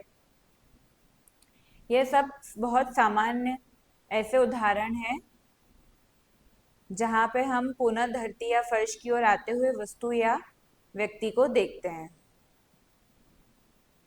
तो तभी दिमाग में क्वेश्चन आया कि क्या कोई बल है जो इन वस्तुओं पे लगता है जिसके कारण यह बल वस्तु को नीचे पृथ्वी की ओर खींचता है। चूंकि सभी वस्तुएं पृथ्वी की ओर गिरती है, इसका अर्थ है कि पृथ्वी उन्हें आकर्षित कर रही है, अभिकर्षण अभिकर्षण हो रहा है। ठीक है, जिस बल से पृथ्वी वस्तुओं को अपनी ओर आकर्षित करती है वह बल ही क्या कहलाता है? गुरुत्वाकर्षण बल कहलाता है। पृथ्वी द्वारा लगाया गया गुरुत्वाकर्षण बल गुरुत्वीय बल या केवल गुरुत्व भी कहलाता है। गुरुत्वाकर्षण बल के अलग अलग नाम है, गुरुत्व या गुरुत्वीय बल। ये किस प्रकार का बल है? या असंपर्क बल है। जैसे ये बॉल को फेंक रहा है तो भी नीचे, बॉल को छोड़ा, बॉल को छोड़ा तो भी बॉल कहाँ आएगी? बॉल नीचे को ही आएगी। बॉल को ऊपर की ओर उछाला तभी भी बॉल एट लास्ट कहाँ आ रही है? नीचे की ओर आ रही है। आगे देखेंगे हम, चूंकि गुरुत्वीय बल किसी वस्तु के संपर्क में आए बिना होता है इसलिए उसे असंपर्क बल बोला जाता है। हमने अभी देखा गुरुत्वीय बल सदैव आकर्षी बल होता है, जबकि चुंबकीय बल या स्थिर वैद्युत बल आकर्षी और प्रतिकर्षी दोनों प्रकार के हो सकते हैं। ठीक है, गुरुत्वीय बल में ऐसा नहीं होगा कि कोई वस्तु में अपकर्षण हो रहा है किसी वस्तु के साथ तो वह उसमें नीचे से कोई बल लगेगा तो वापस ऊपर की ओर जाएगी, नहीं। गुरुत्वीय बल सदा आकर्षित बल होता है जो कि वस्तुओं को अपनी ओर नीचे की ओर खींचता है। जब किसी वस्तु को किसी ऊंचाई से गिराया जाता है तो नीचे की ओर एक ऊर्ध्वाधर सरल रेखीय पथ पर गति करती है। जब किसी वस्तु को ऊर्ध्वाधरतः ऊपर की ओर फेंका जाता है तो वह सीधी ऊपर की ओर गति करती है, फिर उसकी गति धीमी होती है और वह वस्तु शीर्ष पर क्षण भर के लिए रुकती है, जैसे कि यहाँ पे हो रहा है। यहाँ पे आके वह थोड़ी देर के लिए बॉल रुकेगी और फिर उसके बाद वह पुनः नीचे की ओर सरल रेखीय गति करते हुए नीचे आ जाएगी। ऊपर जाते समय वस्तु की चाल तब घटती जाती है जब तक कि वह विरामावस्था में ना आ जाए, क्योंकि हमने उस वस्तु को छोड़ा है तो अब उस पर कोई इसी प्रकार का बल नहीं लग रहा है, तो एक समय के बाद क्या होगा, वह वस्तु विरामावस्था में आ जाएगी। उसके बाद इसकी गति की दिशा में परिवर्तन हो जाता है और यह नीचे की ओर गिरने लगती है। नीचे की ओर आते समय इसकी चाल में क्या होगा, वृद्धि हो जाती है। जब कोई वस्तु गुरुत्वीय बल के अधीन ऊर्ध्वाधर दिशा में गति करती है तो उस गति को क्या बोला जाता है, ऊर्ध्वाधर गति। मतलब कि जब कोई वस्तु नीचे की ओर गति कर रही है, ऊपर से धरती की ओर, तो इसमें जो अब यहां से यहां की जो इसकी चाल बढ़ेगी, जो गति होगी, इसको क्या बोला जाएगा, ऊर्ध्वाधर, ऊर्ध्वाधर गति। आगे देखेंगे हम। अगला है भार और उसका मापन, वेट। ठीक है।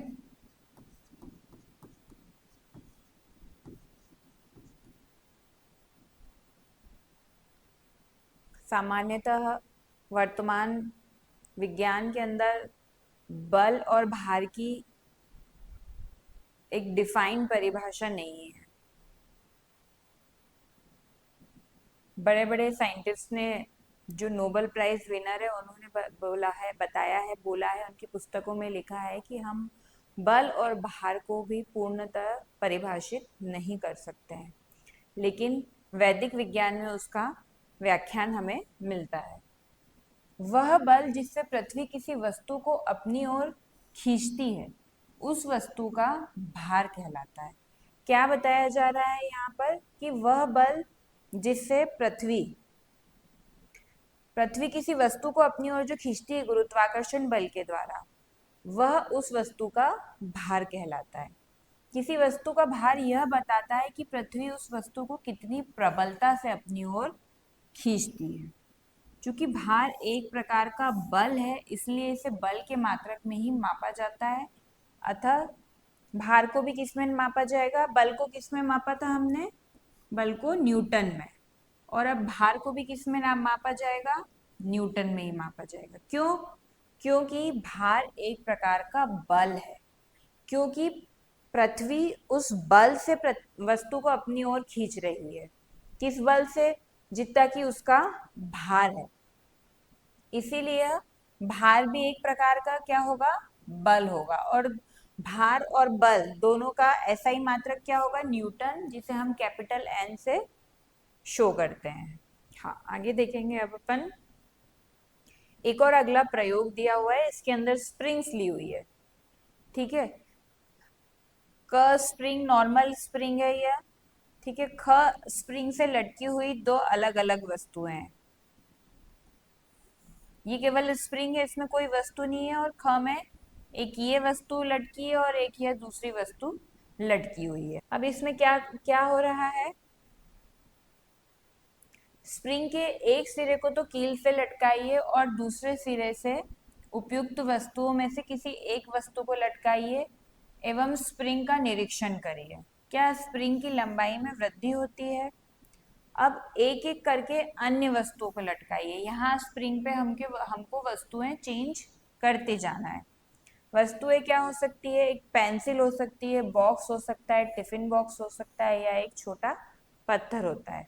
अब हमने जैसे जैसे यहाँ स्प्रिंग पे वस्तु चेंज करी, पहले पेंसिल, फिर लिया एक लंच बॉक्स, फिर लिया एक पत्थर, तो उस समय हमको क्या स्टडी करनी है कि ये स्प्रिंग की लंबाई कितनी हुई, ये स्प्रिंग लंबाई में कितनी बड़ी। तो हमने क्या देखा, जब किसी वस्तु को स्प्रिंग से लटकाया जाता है तो पृथ्वी द्वारा वस्तु पर लगाए गए बल के कारण स्प्रिंग की लंबाई में क्या हो रही है, वृद्धि हो रही है। स्प्रिंग की लंबाई वृद्धि हो रही है, और हर वस्तुओं के साथ स्प्रिंग की लंबाई में वृद्धि अलग अलग हो रही है। स्प्रिंग की लंबाई में वृद्धि एक समान नहीं है।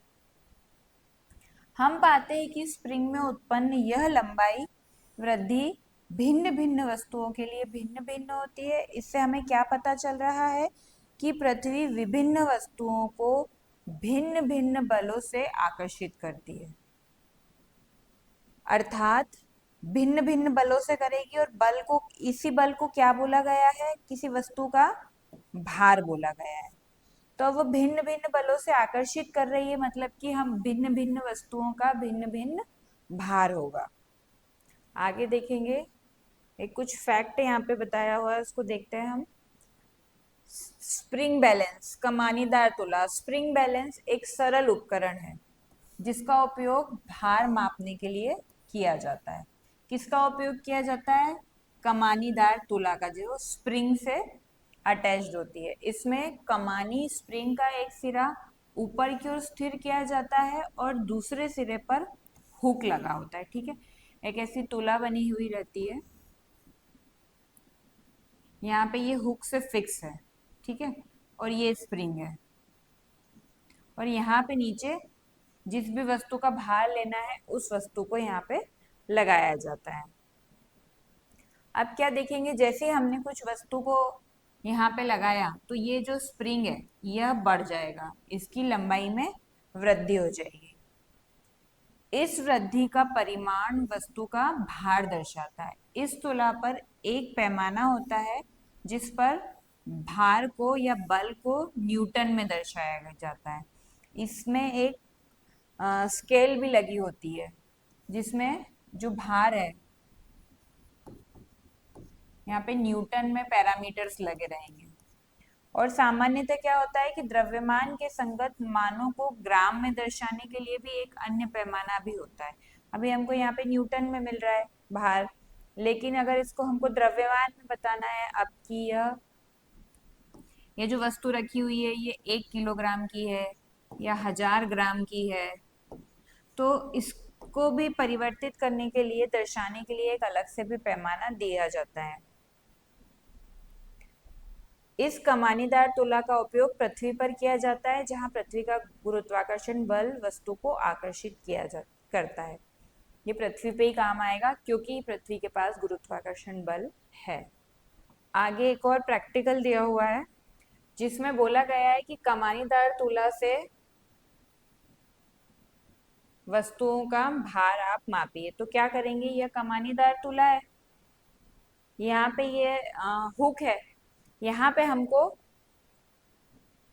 जो जिस वस्तु का भार लेना है हमें उसे यहाँ पे अटैच करना होगा, और यह स्केल, हमें ये स्केल बना हुआ है, ठीक है, जिसमें ये न्यूटन, इस साइड वाला जो मार्क है ये सारा न्यूटन में है और इस साइड वाला ये ग्राम में।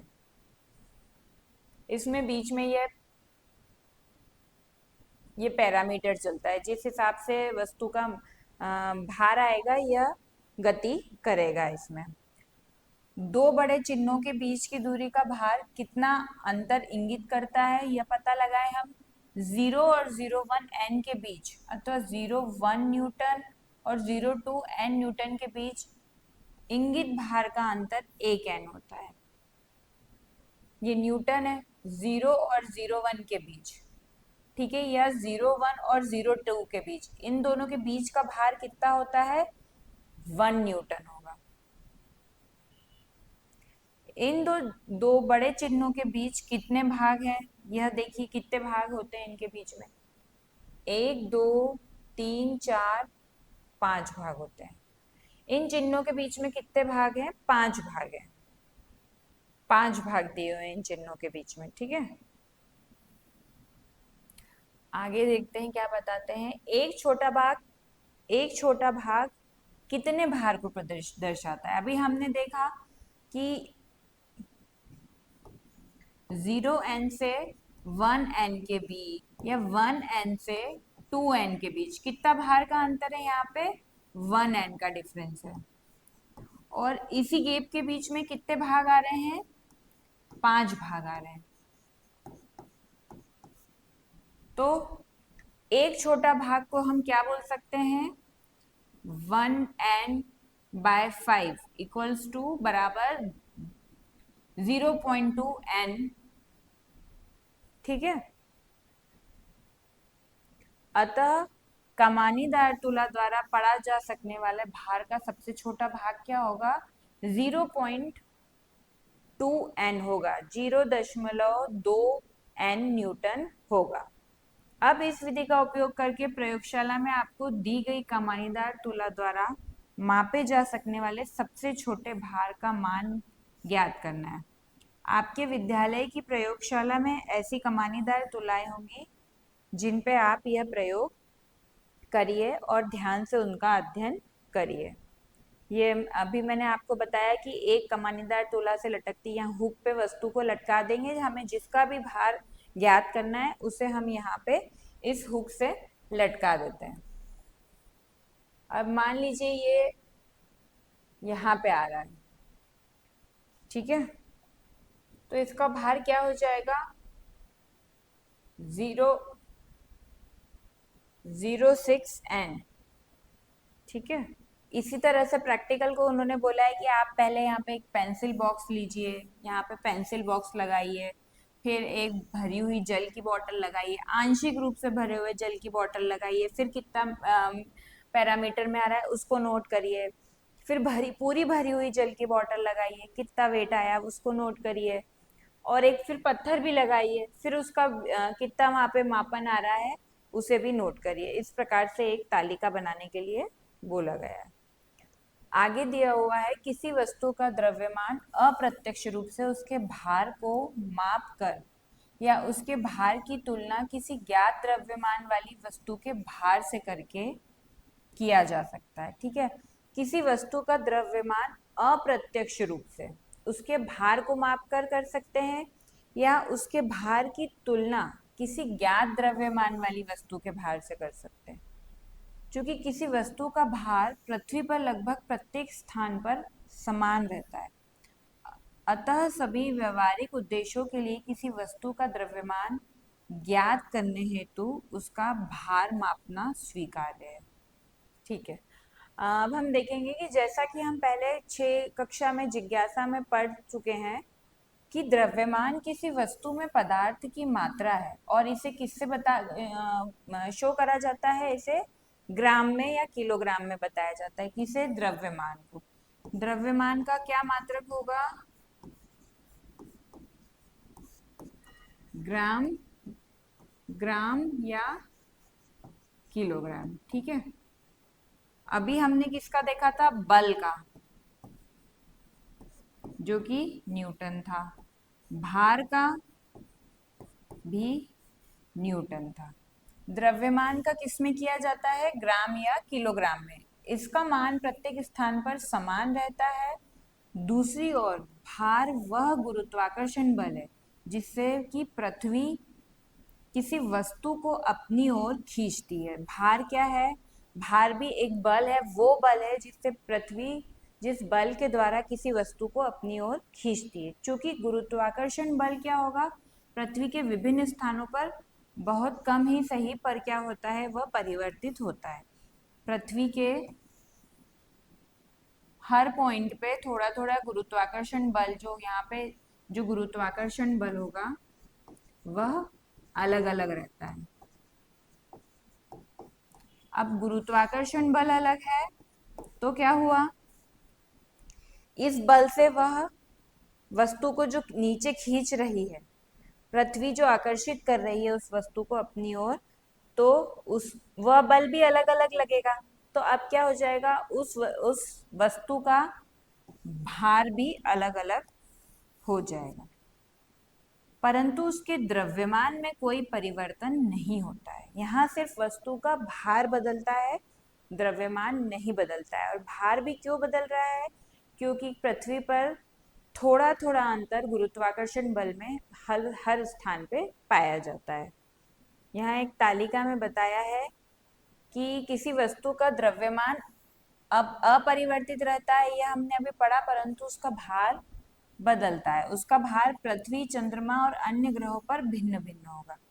अगर वस्तु का द्रव्यमान पृथ्वी पे 1 किलोग्राम है तो उसका भार कितना होगा, उसका भार होगा 10 न्यूटन है।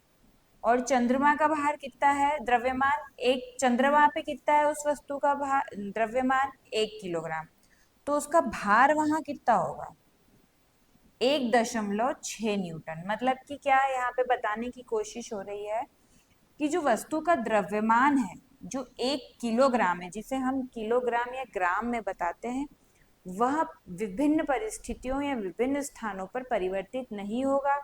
पृथ्वी पे भी एक है, चंद्रमा पे भी एक है, मंगल पे भी एक है, शुक्र पे भी एक है और बृहस्पति पे भी 1 किलोग्राम ही है। लेकिन इस वस्तु का भार इन सभी जगह चेंज हो जाएगा। जैसे कि पृथ्वी पर है ये 10 न्यूटन, चंद्रमा पे है 1.6 न्यूटन, मंगल पे है 3.8 न्यूटन, शुक्र पर है 9 न्यूटन और बृहस्पति पर है 25.4 न्यूटन। तो यहाँ पे यह बताया जा रहा है कि किसी वस्तु का द्रव्यमान कभी चेंज नहीं होता, सिर्फ उसका भार चेंज हो जाता है, जो कि उस पे लगाए गए एक आकर्षण बल के कारण होता है, जैसे कि पृथ्वी के द्वारा लगाया गया गुरुत्वाकर्षण बल। अब यहाँ पे एक और पॉइंट दिया हुआ है जिसमें बताया है कि वस्तुओं के लिए हम सामान्यतः पृथ्वी द्वारा उस पर लगाए गए बल के स्थान पर उस वस्तु में विद्यमान पदार्थ की मात्रा को जानने में अधिक रुचि रखते हैं। ठीक है, यहाँ पर हम हमारे सामान्य जीवन के उपयोग के लिए हम सब ज्यादा इम्पोर्टेंट भार जो उस पे लगाया जा रहा है बल पृथ्वी के द्वारा, उससे ज्यादा इम्पोर्टेंट हम किसे मान रहे हैं या किसके बारे में हम ज्यादा बात करते हैं जनरली? द्रव्यमान के बारे में, कि ये 1 किलोग्राम शक्कर है, ठीक है, ये 2 किलोग्राम गुड़ है। इस प्रकार से हम उसके भार की बात नहीं करते हैं कि यह 10 न्यूटन। उदाहरण के लिए ऐसा कहा जाता है कि गेहूं के एक थैले का भार 10 किलोग्राम है, जबकि यह गलत है। क्या बोलना चाहिए? इसका द्रव्यमान 10 किलोग्राम है। सामान्य भाषा में हम ऐसा बोलते हैं। इसके साथ ही यह अत्यंत महत्वपूर्ण है कि हम सही शब्दों का उनके सही मात्रकों के साथ उपयोग करें, भले ही हम अनौपचारिक वार्तालाप क्यों न कर रहे हो। यहाँ पे भार नहीं बोलना होगा, यहाँ हमें क्या बोलना होगा कि इस गेहूं के थैले का द्रव्यमान 10 किलोग्राम। नेक्स्ट पॉइंट दिया है यहाँ पे तैरना और डूबना। यदि हम कुछ वस्तुओं को जल की सतह पर रखते हैं तो उनमें से कुछ वस्तुएं तो जल में डूब जाएगी और कुछ उसकी सतह पर तैरती रहती है। पृथ्वी का गुरुत्वाकर्षण बल सभी वस्तुओं पर कार्य कर रहा है, तो सभी वस्तुएं जल के पात्र की तली की ओर क्यों नहीं गिरती है? ये यहाँ पे क्वेश्चन है। जल से भरी बाल्टी से मग द्वारा जल निकालते समय क्या आपको अनुभव किया है कि जब तक मग जल में रहता है तो वह हल्का लगता है? नहीं नोटिस किया है तो अब आप आज ही करिए। बाल्टी भरी हुई है या टब भरा हुआ है, उसके अंदर जब मग को भर लिया है पूरा, हम नीचे से ऊपर उठा के उस मग को लाते उतने एरिया में जहां तक कि पानी है, तो हमें वह मग भारी नहीं लगता, हल्का लगता है। लेकिन जैसे ही वो पानी से अलग हुआ तो वह उसका भार हमें अनुभव होने लगेगा। अब इसका क्या कारण है, हम इसको देखते हैं। उसके लिए एक प्रैक्टिकल दिया हुआ है कि एक खाली बोतल जिसका ढक्कन कस के बंद हो, मतलब उसके अंदर पानी न जाए, और जल से भरी एक बाल्टी लेते हैं। अब क्या करेंगे, बोतल को जल की सतह पर रख देते हैं और नीचे की तरफ धक्का मारते हैं हम। ठीक है, बोतल को हमने खाली बोतल है, हम इसको नीचे की तरफ धक्का मार रहे हैं, तो क्या होगा? डूब जाएगी। गुरुत्वाकर्षण बल लग रहा है, डूब जाना चाहिए इसको, तो पर नहीं, ये डूबती नहीं है। ये और उछल के एक किसी प्रकार के बल के द्वारा ये ऊपर की तरफ आ जाएगी फिर से, और यह सतह पे ही हमें दिखाई देगी। तो इसका कारण क्या है कि जब बोतल को जल में हम डुबाते हैं तो जल है जो बोतल पर ऊपर की दिशा में एक बल लगाता है। अब यहाँ पर क्या हो रहा है, बकेट में जल एक बल लगा रहा है ऊपर की ओर, इसीलिए हमको वो बाल्टी में बकेट में भरा हुआ वो मग जब तक हम पानी में ऊपर ला रहे थे हमें भारी नहीं लगा, क्योंकि एक बल ऑलरेडी काम कर रहा है कि ओके आप इसको ऊपर लेके जाइए, ये ऊपर जाए। वास्तव में सभी द्रव इसके संपर्क में रखे गए ठोस पदार्थों या वस्तुओं पर इसी प्रकार का बल लगाते हैं। जैसा कि मैंने अभी आपको बताया कि बाल्टी से मग निकालते वक्त भी यही होता है। किसी द्रव द्वारा किसी वस्तु पर ऊपर की दिशा में लगाया गया बल क्या कहलाता है? उत्प्लावन बल कहलाता है। उसे और क्या बोलते हैं? उत्क्षेप भी बोलते हैं। ठीक है, जो किसी वस्तु पर ऊपर की दिशा में जल के द्वारा लगाया गया बल कौन सा बल कहलाता है? उत्प्लावन बल कहलाता है। जब किसी वस्तु को द्रव में रखा जाता है तो पृथ्वी का गुरुत्वाकर्षण बल उस पर नीचे की ओर कार्य करता है, परंतु द्रव द्वारा उस पर ऊपर की दिशा में उत्प्लावक बल लगाया जाता है। यदि गुरुत्वाकर्षण बल उत्प्लावक बल से अधिक होगा तब वह वस्तु डूब जाएगी, और यदि गुरुत्वाकर्षण बल कम हुआ किससे, उत्प्लावक बल से, तो क्या होगा, उत्प्लावक बल वस्तु को ऊपर की तरफ धकेलेगी और गुरुत्वाकर्षण बल नीचे की ओर करेगी, तो वह बैलेंस होंगे तो वस्तु क्या करती है, वस्तु तैरने लग जाती है। उत्प्लावन बल जिस कारक पर निर्भर करता है वह होता है द्रव का घनत्व। समुद्र जल स्रोतों में, नदी तालाबों में जिस नाव चलती है वह नाव डूबती नहीं है, उसका कारण भी होता है उत्प्लावन बल। वह किसके साथ, द्रव के घनत्व के साथ काम करके। आगे के अध्याय में इसको डिटेल से जानेंगे कि कैसे द्रव का घनत्व और उत्प्लावन बल मिलकर किसी नाव को डूबने नहीं देता है। अभी हमें सिर्फ ये क्या पढ़ना है कि गुरुत्वाकर्षण बल भी है, एक उत्प्लावन बल भी है जो जल के द्वारा लगाया जा रहा है। गुरुत्वाकर्षण बल नीचे की ओर अर्थ की साइड लेके आता है और उत्प्लावन बल जल से ऊपर की ओर, सतह से नीचे की ऊपर की ओर लगाया जाता है। आगे दिया हुआ एक और पॉइंट, एक आर्किमिडीज नामक के एक साइंटिस्ट हुआ करते थे। उन्होंने देखा कि जब कोई वस्तु किसी द्रव में पूरी तरह या आंशिक रूप से डूबी होती है तो उस पर ऊपर की ओर एक बल लगता है जो उसके द्वारा विस्थापित द्रव के भार के बराबर होता है। ठीक है, क्या हो रहा है, आर्किमिडीज ने क्या देखा कि जब कोई वस्तु किसी द्रव में या तो डूबी हुई है या तैर रही है तो उस पर ऊपर की ओर एक बल लगता है जो उसके द्वारा विस्थापित द्रव के भार के बराबर होगा। ठीक है, ये कोई पानी का सोर्स है। यहाँ पे एक छोटा सा हमने कुछ, मान लीजिए यहाँ पे पेंसिल डाली है, तो अब इस पे पेंसिल के ऊपर की ओर एक बल लग रहा है, वो किसके बराबर होगा, यह बल जो पेंसिल का इतना एरिया है जो पानी में गया है, वो जितना पानी यहाँ से हटा है उसके भार के बराबर बल यहाँ पे उसको फील होगा। ठीक है, इसे क्या बोला गया है, आर्किमिडीज सिद्धांत बोला गया है।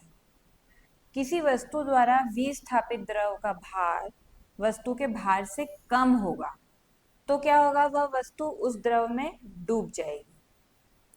मतलब कि ये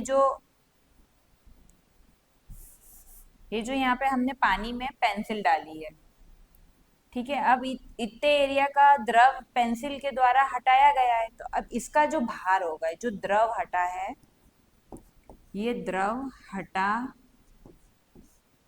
वह भार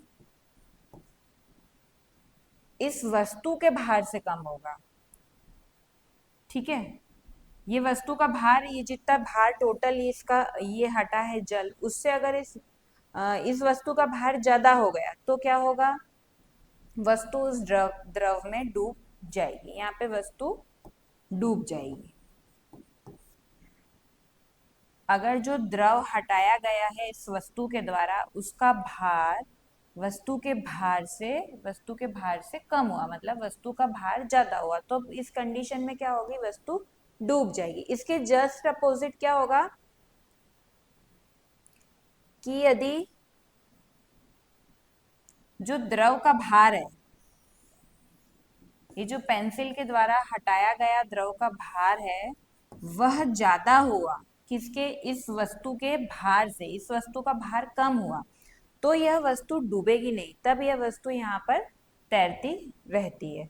ये आगे की क्लास में और डिटेल में आएगा, उत्प्लवन बल और ऑल। कुछ चट्टानें ऐसी होती है जो जल पर तैर सकती है, ऐसी ही एक चट्टान है प्यूमिस, जो ज्वालामुखी विस्फोटों के समय निर्मित होती है। एक चट्टान जनरली हमने पत्थरों को कैसा देखा है, पानी में डालेंगे अंदर चला गया, क्योंकि जो पत्थर के द्वारा हटाया गया जल है उसका भार पत्थर के भार से कम होगा, मतलब यहाँ पे पत्थर का भार ज्यादा हो रहा है तो वो पत्थर डूब जाता है। लेकिन ज्वालामुखी से निर्माण प्यूमिस नाम का प्यूमिस पत्थर होता है, वह डूबता नहीं है, क्योंकि जब गैस और जलवाष्प से परिपूर्ण लावा तेजी से ठंडा होता है तो गैस के छोटे छोटे बुलबुले इसके भीतर फंस जाते हैं।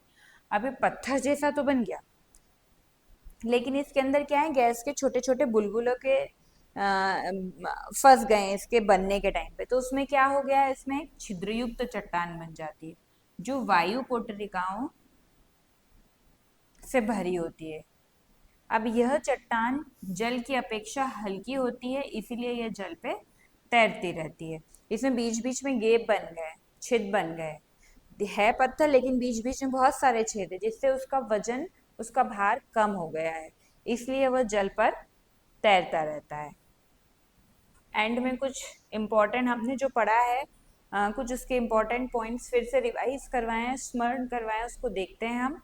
बल किसी वस्तु पर लगने वाला अपकर्षण या अभिकर्षण जो उस वस्तु पर किसी अन्य वस्तु के साथ पारस्परिक क्रिया के परिणाम स्वरूप आरोपित होता है। ये हमने स्टार्टिंग में देखा कि जब तक दो वस्तुओं के बीच में पारस्परिक क्रिया नहीं होगी, अपकर्षण या अभिकर्षण की, तब तक वहां पे बल नहीं लगेगा। बल का ऐसा ही मात्रक क्या है, न्यूटन है, और इसे एन से शो करते हैं। वस्तु पर बल संपर्क द्वारा भी लग सकता है और बिना संपर्क के द्वारा भी लग सकता है। पेशी बल एवं घर्षण बल किसके उदाहरण है, संपर्क बलों के उदाहरण है। और चुंबकीय और गुरुत्वाकर्षण बल किसके उदाहरण है, यह असंपर्क बल के उदाहरण है। बल किसी वस्तु की चाल, उसकी गति की दिशा या दोनों में परिवर्तन कर सकता है, या उसके आकार में भी परिवर्तन कर सकता है। जब कोई वस्तु किसी सतह पर गति करती है या गति करने का प्रयास करती है, तो इस कारण से जो बल उत्पन्न होता है उसे घर्षण बल कहते हैं। दो सतहों के बीच में यहाँ पे गति हो रही है, ये एक सतह है, ये दूसरी सतह है। अब ये वस्तु यहाँ पे गति करने की कोशिश कर रही है, आगे बढ़ने की कोशिश कर रही है, तो ये जो दोनों सतहों के यहाँ पे एक बल उत्पन्न हो जाएगा, उस बल को क्या बोला जाएगा, घर्षण बल बोला जाएगा। और यह घर्षण बल जो वस्तु गति की दिशा के अपोजिट डायरेक्शन में कार्य करता है, उसकी विपरीत दिशा में कार्य करता है। एक चुंबक द्वारा, नेक्स्ट पॉइंट है कि एक चुंबक के द्वारा दूसरे चुंबक या चुंबकीय पदार्थ पर लगाया गया बल चुंबकीय बल कहलाता है। एक आवेशित पिंड के द्वारा किसी दूसरे आवेशित या अनावेशित पिंड पर लगाए गए बल को स्थिर वैद्युत बल बोला जाता है। वह बल जिससे पृथ्वी वस्तुओं को अपनी ओर आकर्षित करती है, वह बल क्या कहलाता है, गुरुत्वाकर्षण बल कहलाता है। इसे हम वस्तु का भार भी बोलते हैं। यह बल सदैव आकर्षण बल होगा। चुंबकीय और ये स्थिर वैद्युत बल दोनों में प्रतिकर्षण भी होता है, लेकिन गुरुत्वाकर्षण बल में हमेशा क्या होगा, आकर्षण ही होगा। किसी वस्तु का द्रव्यमान अपरिवर्तित रहता है, सिर्फ उसका क्या बदलता है, उसका भार भिन्न भिन्न स्थानों पर भिन्न भिन्न हो सकता है। जब किसी वस्तु को किसी द्रव में रखा जाता है तो द्रव द्वारा उस वस्तु पर ऊपर की ओर लगाया गया बल, ऊपर की ओर लगाया गया बल उत्प्लावक बल, उत्प्लावन बल कहलाता है। इस चैप्टर का एंड है जिसमें हमने बलों के बारे में पढ़ा। Thank you.